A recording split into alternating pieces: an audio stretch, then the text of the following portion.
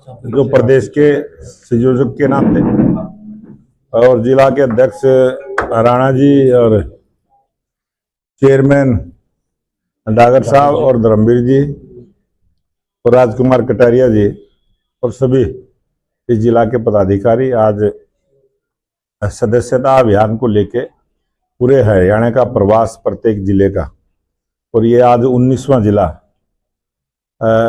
जो 2024 का साधारण सदस्यता का टारगेट भारतीय जनता पार्टी ने हरियाणा के संगठन ने लिया है और पूरे हरियाणा प्रदेश में 50 लाख सदस्य भारतीय जनता पार्टी के बने। हरियाणा प्रदेश में 20,629 बूथ हैं, प्रत्येक बूथ पर 250 सदस्य भारतीय जनता पार्टी के बने।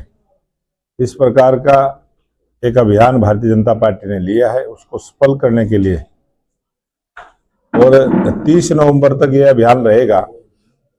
और यह अभियान पूरे देश में चला है क्योंकि हरियाणा प्रदेश में विधानसभा के चुनाव थे, उसको देखते हुए 21 अगस्त से हरियाणा में इसकी शुरुआत हुई और आज 10 लाख से ज्यादा सदस्य भारतीय जनता पार्टी के अब तक दर्ज हुए हैं। और भारतीय जनता पार्टी ने इस सदस्यता अभियान को लेके एक telephone number, toll free number जारी किया है, जिस पर मिस कॉल करने से वो पूरा फार्म खुलता है और उसका नंबर है 8800002024। इस नंबर पर जो भी कॉल करता है उसमें जिस टेलीफोन के द्वारा कॉल की जाती है,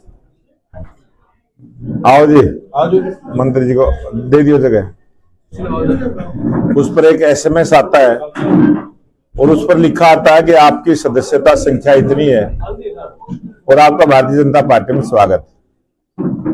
और अगर उसी टेलीफोन नंबर से कोई दोबारा कॉल करता है तो उसमें लिखा आता है कि आप पहले से ही भारतीय जनता पार्टी के सदस्य हैं और आपका सदस्यता संख्या फला फला है। इस प्रकार से पारदर्शिता के साथ एक टेलीफोन नंबर से एक ही व्यक्ति का, एक ही कार्यकर्ता का रजिस्ट्रेशन इस मेंबरशिप में होता है।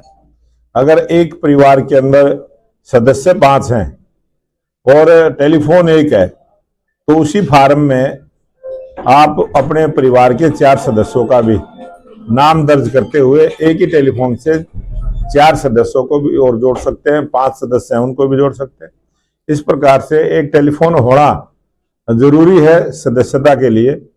और जो भी व्यक्ति जिसके रेफरल कोड से सदस्यता संख्या बनाई जाती है, ऐसे भी पारदर्शिता के साथ जिसके रेफरल कोड से कोई भी सदस्य बनता है उसकी जानकारी भी उस टेलीफोन नंबर में आती है जिसके रेफरल कोड से वो सदस्य बन रहा है। तो इस प्रकार से ये एक भारतीय जनता पार्टी की जिस प्रकार से तीसरी बार हरियाणा में स्पष्ट बहुमत की सरकार बनी है, आज हरियाणा प्रदेश में डबल इंजन की सरकार बनी है। हमारा प्रयास है कि हरियाणा प्रदेश में ट्रिपल इंजन की सरकार बने, जहां नगर पालिका, नगर परिषद, नगर निगमों के चुनाव होंगे, जिला पंचायत के, ब्लॉक समिति के, ग्राम पंचायत के चुनाव होंगे, वहां पर भी भारतीय जनता पार्टी के मजबूत जो कार्यकर्ताओं की हमारी टीम बनेगी। इसी में से सब जनप्रतिनिधि चुनकर आए, इस प्रकार की व्यवस्था बनाने का हमारा हरियाणा प्रदेश में मजबूत भारतीय जनता पार्टी का संगठन खड़ा करने का ये हमारा अभियान है। और इस अभियान में सभी भारतीय जनता पार्टी के सभी कार्यकर्ता लगे, उसी के निमित्त मैं आज आपके बीच में आया। रैली का मुद्दा मैं आपके चैनल के माध्यम से भी कहना चाहता हूं कि जिस प्रकार की बयानबाजी दिल्ली की मुख्यमंत्री आतिशी जी ने की है और समस्या है प्रदूषण को किस प्रकार से कम किया जाए, और हरियाणा प्रदेश की सरकार ने, भारतीय जनता पार्टी की सरकार ने 2014 से हमारी सरकार हरियाणा में है, हमने लगातार प्रयास किया, किसानों को जागरूक किया, किसानों को प्रेरित किया और पराली प्रबंधन को लेके एक योजना रचना हमने बनाई, जिस पर अमल करते हुए आज हरियाणा प्रदेश का किसान पूरी तरह से जागरूक है। और हरियाणा प्रदेश का किसान पर्यावरण प्रेमी है, हरियाणा प्रदेश का किसान मेहनती है और हरियाणा के किसानों के लिए जो भारतीय जनता पार्टी की सरकार ने काम किया है उससे वो संतुष्ट भी है। और इसीलिए आज हरियाणा का किसान अपनी पराली को 7 से 10 हजार रुपए में बेचने का काम करता है, वो जलाने का काम नहीं करता है। और पराली प्रबंधन का जो योजना मशीन उपलब्ध हमारी सरकार ने करवाई है, वो उसका उपयोग भी करता है। आज जो हरियाणा में पोल्यूशन कम है, उससे किसानों में जागृति आई है। और किसी भी प्रकार का जो आरोप, ये राजनीतिक आरोप लगाने का काम आतिशी ने कहा है। और भारतीय जनता पार्टी के हम कार्यकर्ता हैं, हमारी सरकार है, हमारे मुख्यमंत्री हैं, हमारा कोई भी नेता है, कभी भी हमने इस प्रकार से हम बयानबाजी नहीं करते। हम जरूर चिताने का काम करते हैं कि दिल्ली सरकार की जो जिम्मेवारी है वो अपने प्रशासन को जागरूक करे, अधिकारियों को जागरूक करें और किस प्रकार से ये प्रदूषण, वायु प्रदूषण होता है उस पर चिंतन करें। आज टेक्नोलॉजी का जमाना है, आज वैज्ञानिक पद्धति के अनुसार अगर आप जांच करेंगे और सर्वोच्च न्यायालय के अनुसार जो कमेटी का गठन हुआ था, उस कमेटी ने अपनी जांच में लिखा है कि पराली के धुएं से 1% से 3%, सुप्रीम कोर्ट में लिख के दिया है, जिस कमेटी ने वो जांच की थी। खाली इतना सा उसमें मिलता है और फिर भी किसान का नाम लेके इस प्रकार की खबरें बनाई जाती है, किसान को नाम लेके राजनीति की जाती है। किसान कभी भी प्रकृति के साथ छेड़छाड़ नहीं करता। किसान जहां अन्न पैदा करने का काम करता है, वहां पर्यावरण प्रेमी भी है और वायु को प्रदूषित ना हो, इस प्रकार की सोच लेके हमारा हरियाणा के किसान बड़ा जागरूक किसान है। इस प्रकार के जो उन्होंने कहा है, और उनकी पंजाब में सरकार है, उनकी दिल्ली में सरकार है, उन्होंने अपनी जिम्मेवारी के साथ उस अपने प्रशासनिक अधिकारियों को काम में लगाते हुए उसकी तरफ ध्यान देना चाहिए। बड़ौली साहब, एक ही मामला, कुछ भी नहीं हो रहा है, ये बनावटी खबरें हैं, ये नकली बातें हैं।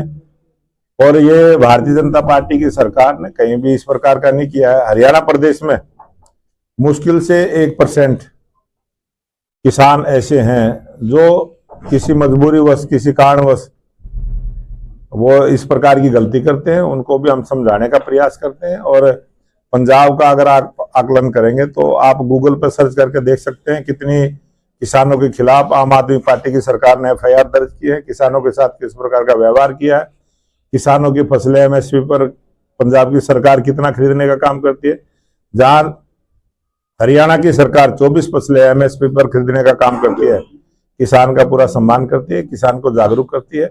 और आम आदमी पार्टी की सरकार तो किसानों को जो सड़कों पे बैठे हैं उनसे बातचीत करने का भी रास्ता उन्होंने आज तक नहीं अपनाया। जो आम आदमी पार्टी की सरकार पंजाब में है वो इसकी तरफ ध्यान देगी तो सभी समस्याओं का समाधान है। 6 दिसंबर को फिर दिल्ली कूच करेंगे। आज ही बकायदा प्रेस कॉन्फ्रेंस की है कि हमारे को केंद्र सरकार ने दिया नहीं, MSP दिया, हमारा आदमी दिल्ली कूच करेंगे। किसान पूरे देश में है, पूरे देश में किसान है और पूरे देश के किसानों के लिए भारतीय जनता पार्टी की सरकार सोचती है। कुछ पार्टियां राजनीति करती हैं, कभी किसान के नाम पे, कभी जवान के नाम पर, कभी पहलवान के नाम पे। जब से हमारी सरकार बनी है हमने किसानों को भी सम्मान देने का काम किया है। किसान सम्मान निधि भारतीय जनता पार्टी की सरकार ने दी है और देश के जवानों को भी सम्मान दिया है। जब से भारतीय जनता पार्टी की सरकार आई है, जवान को चाहे खाने की चीजें हो, चाहे उनके वर्दी का मामला हो, चाहे उनके जूते हो, चाहे उनकी सेफ्टी के लिए कोई भी हथियार, सब प्रकार की सुविधा हमने जवानों को देने का काम किया है। जो अग्निवीर की भी योजना हमारी सरकार लेके आई है वो सोशल सिक्योरिटी के माध्यम से बहुत लाभकारी है, देश के नौजवानों को रोजगार देने वाली है। उसके बारे में भी उन्होंने राजनीति करने का प्रयास किया है। और देश के पहलवानों को भी लेकर जो उन्होंने आंदोलन किया था उसका आपने देखा होगा। जब से हमारी भारतीय जनता पार्टी की सरकार 2014 से है, देश में मेडलों की संख्या बढ़ी है, हमने खिलाड़ियों का सम्मान किया है, खिलाड़ियों को सम्मानजनक ढंग से विदेश में भेजने का काम किया है। और जब वो अंतर्राष्ट्रीय स्तर पर खेलने के लिए जाते हैं तो एडवांस में 5 लाख रुपए की सहायता देते हुए, ताकि वो अपनी अच्छे से तैयारी कर पाए, मेडल जीत कर लेकर आए। इस प्रकार की हमारी सरकार की योजना है। और जब भी अंतर्राष्ट्रीय स्तर पर खिलाड़ी खेलने के लिए जाता है, देश के प्रधानमंत्री उनका स्वागत करके भेजते हैं। जो मेडल जीत के आते हैं तो उनका स्वागत करते हैं। इस प्रकार की सोच के साथ हमने देश में और प्रदेश में सभी का सम्मान करते हुए अपनी सरकार ने काम किया। प्रधान जी, मेरा सवाल ये है चुनाव के बीच में कोई नीति बनाई है, उनको लिया जाएगा या नहीं लिया जाएगा? ये इसमें बहुत बड़ी चिंता करने की बात नहीं है। भारतीय जनता पार्टी के जो विचार से जुड़ा था, जो भारतीय जनता पार्टी के में वर्षों से काम करते रहे, लेकिन वो किसी भी प्रभाव में आके, किसी के भी कहने से वो गुमराह हो गए, जो पार्टी छोड़ के गए थे। वो बहुत सारे नेता फिर दोबारा से पार्टी ज्वाइन करना चाहते हैं, वो पार्टी में आना चाहते हैं, लेकिन जब समय आएगा तब उस प्रकार के फैसले होंगे। और जब जो फैसला पार्टी ले लेती है, जिन्होंने दूसरी पार्टी ज्वाइन कर ली है, जब वो कभी कोई बात करेंगे तब इस बात का जवाब देंगे। दूसरे प्रधान जी, आपकी जजहिसार की बैठक विशेषता मानेगी? हमारी जहां भी बैठकें हो रही है, हमारे पार्टी के सभी नेता उसमें आ रहे हैं। कोई भी ऐसा नेता नहीं है जो बैठक में नहीं आता हो, किसी कारणवश वो किसी दूसरे काम में लगा। आज विधानसभा का सेशन 13 तारीख से चला, 13-14 में जहां हमारी बैठकें थी वहां विधायक कैसे आ पाएंगे, वो सेशन में रहेंगे। आज और कल 2 दिन फिर सेशन चलने वाला है। आज भी जो विधायक सेशन में जाने वाले वो वहां रहेंगे। हमारे तमाम नेता, चुनाव लड़े हुए प्रतिनिधि सब इस काम में लगे हैं और सदस्यता का अभियान हमारा जारी है। के बारे में, भुवे बिश्नोई, कुलदीप बिश्नोई के बारे में चर्चा जो बैठक में नहीं आए। बैठक में आना और जिस प्रकार से कुलदीप बिश्नोई की और भव्य बिश्नोई की खबरें की है, बहुत सारे ऐसे नेता हैं, उनका पता नहीं क्यों स्पेशल नाम लेके खबर बनाई गई है। तो खबर बनाने वाले के हाथ में है, वो क्या बना रहा है।